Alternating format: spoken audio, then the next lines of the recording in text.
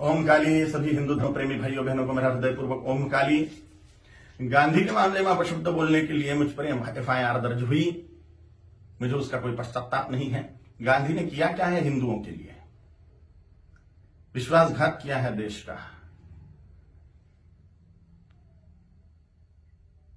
14 vote प्रधानमंत्री पद के लिए सरदार वल्लभ भाई पटेल जी को थे और 1 वोट भी नेहरू को नहीं था, तो भी नेहरू को प्रधानमंत्री क्यों बनाया? और ये वंशवाद की जड़ फैलाने वाले ये गांधी ने पूरे के पूरे कांग्रेस के अन्य प्रतिभाओं का खच्चीकरण कर दिया, अन्य प्रतिभाओं को कुंठित कर दिया। एक वंश गांधी नेहरू वंश का ही बोलबाला करने लग गए।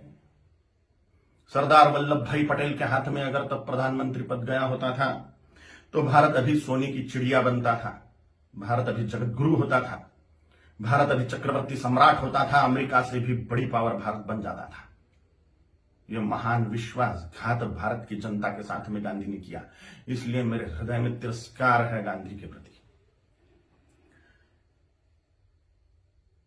हिज हाइनेस श्रीमंत ज्योतिरादित्य सिंधिया जैसे महान प्रतिभाएं कांग्रेस में थी, है, लेकिन इस गांधी नेहरू वंशवाद के कारण उनको व्यवस्थित कार्य करने का मौका ही नहीं मिलता।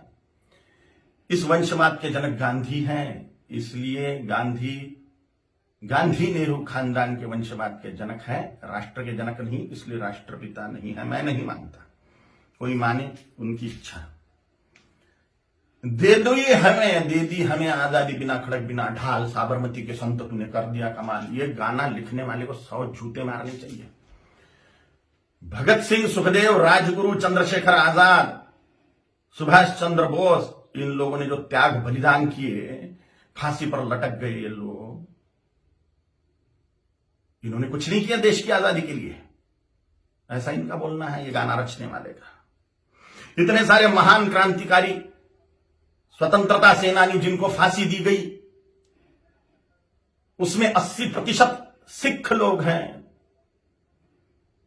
20% अन्य क्रांतिकारी हैं। इन क्रांतिकारियों ने जो अपना त्याग बलिदान किया वह व्यर्थ मान लिया ये गाना रचने वाले ने, सारा का सारा श्रेय गांधी को दे दिया।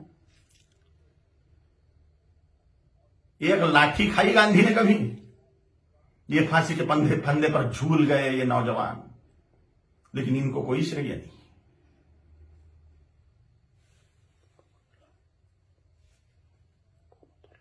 सुखदेव, राजगुरु, भगत सिंह जी की फांसी गांधी रुकवा सकते थे, लेकिन नहीं रुकवाई जानबूझ के, इसलिए तिरस्कार करता हूं मैं गांधी का। इनका एक बहुत बड़ा हथियार था अनशन करना, और गांधी ने उसका उपयोग भारतीय जनता के खिलाफ ही किया, हिंदुओं के खिलाफ ही किया। बोला था कि बंटवारा मेरी लाश पे होगा, मजहब के नाम पर जो बंटवारा हुआ पाकिस्तान बांग्लादेश का, वो मेरी लाश पे होगा, ऐसा गांधी बोलते थे। लेकिन जब बंटवारा हुआ तब गांधी जिंदा थे, और बंटवारे के समय जो दंगे हुए, लाखों करोड़ों हिंदुओं को, सिखों को काट डाला गया उसमें, और लाखों करोड़ों हिंदुओं को मार के उनकी लाशें भेजी गई। लाखों हिंदुओं को, 27 लाख हिंदुओं को मार डाला गया एक ही दिन में, डायरेक्ट एक्शन डे के दिन, जिन्ना के द्वारा। और पाकिस्तान में से जो ट्रेनें आ रही थी वो लाशों से ही भरी हुई थी, महिलाओं के और पुरुषों के, बोरे के बोरे भर के महिलाओं के स्तन काट कर भेज रहे थे वहां के लोग।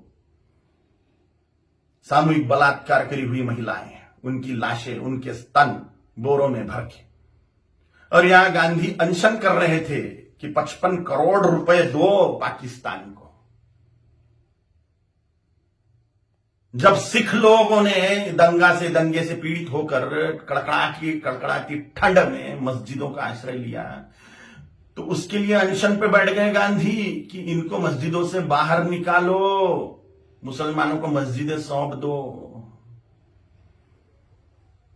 नफरत करता हूं मैं गांधी से, इसलिए भी पाकिस्तान बांग्लादेश को जोड़ने वाला कॉरिडोर मांग लिया मुसलमानों ने कि भारत को और खाया जाए। गजवाए हिंद के तहत भारत को मुसलमान बना दिया जाए, तो पाकिस्तान और बांग्लादेश को जोड़ने वाला कॉरिडोर, हजारों वर्ग किलोमीटर का कॉरिडोर, इसके लिए गांधी अनशन पे बैठने वाले थे। के शासन को वो दे देना पड़ता था और भारत फिर से बढ़ जाता था। स्वतंत्र वीर सावरकर जी ने गांधी के सामने जातीयवाद तोड़ने की बात कही कि वर्णवाद, ब्राह्मण क्षत्रिय वैश्य शूद्र, यह वर्णवाद और हजारों जातियों में बटा हुआ जातीयवाद, इसको तोड़ दो और हिंदुत्व की धर्म ध्वजा के नीचे सारे हिंदुओं को एक कर दो।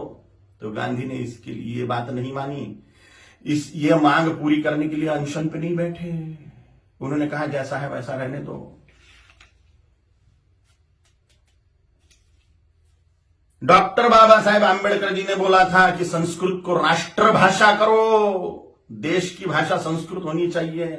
तो डॉक्टर बाबा साहेब आंबेडकर की बात को संसद में मनवाने के लिए अनशन पे नहीं बैठे। स्वतंत्र वीर सावरकर जी का अवमान मानता हूं मैं, ये डॉक्टर बाबा साहेब आंबेडकर जी का अवमान मानता हूं मैं। ऐसी ढेर बातें हैं, ढेर बातें। कोई राष्ट्रपिता नहीं हो सकता। करोड़ों सालों से राष्ट्र है, उसका काय का पिता 200 साल पहले आया हुआ व्यक्ति कैसे पिता बनेगा? अगर पिता बनाना ही है, राष्ट्र का अनिवार्य है, तो छत्रपति शिवाजी महाराज को बनाना चाहिए, गुरु गोविंद सिंह जी महाराज को बनाना चाहिए, राणा प्रताप जी महाराज को बनाना चाहिए, आचार्य चाणक्य जी को बनाना चाहिए। और अभी के महापुरुषों को अगर बनाना है तो सरदार वल्लभ भाई पटेल जी को बनाना चाहिए, क्योंकि पूरे राष्ट्र कुल को एकत्रित करने वाले सरदार वल्लभ भाई पटेल हैं। छोटी छोटी रियासतों के टुकड़ों को एकत्रित करते हुए पूरे राष्ट्र को एक सूत्र में बांधने वाले सरदार वल्लभ भाई पटेल हैं, जिन्होंने राष्ट्र में जो टुकड़े टुकड़े थे उनको एकत्रित किया। राष्ट्रकुल को एकत्रित जिस व्यक्ति ने किया उसको ही राष्ट्रपिता का सम्मान मिलना चाहिए, ना कि हिंदुओं से पार्शियलिटी करने वाले गांधी को। अगर वो कॉरिडोर मिल जाता था पाकिस्तान बांग्लादेश को, तो हिंदुस्तान कब का मुसलमान बन चुका होता था। धन्यवाद है, कोटि कोटि धन्यवाद है महात्मा नाथुराम गोडसे जी को, उनके चरणों में साष्टांग नमस्कार है मेरा कि उन्होंने अपना बलिदान देके हिंदुस्तान को मुसलमान बनने से बचा लिया। गजवाए हिंद फेल कर दिया महात्मा नाथुराम गोडसे जी ने। कोटि कोटि धन्यवाद है उनको। महात्मा गांधी नहीं, महात्मा नाथुराम जी गोडसे हैं। और अगर सच बोलने की सजा मृत्यु है तो स्वीकार है। छत्रपति शिवाजी महाराज जी ने, छत्रपति संभाजी महाराज जी ने, गुरु गोविंद सिंह जी महाराज जी ने, राणा प्रताप जी महाराज जी ने अपने पूरे कुल का बलिदान कर दिया हिंदुत्व बचाने के लिए। तो मेरे जैसे तुच्छ जंतुओं का जी के फायदा भी क्या है? अगर धर्म के लिए हम बलिदान नहीं हो सकते तो मर जाए मेरे जैसे करोड़ों कालीचरण, हिंदुत्व को बचाने के लिए, धर्म को बचाने के लिए, सनातन हिंदू धर्म की रक्षा के लिए तैयार है हम मृत्यु दंड को पाने के लिए। ओम काली।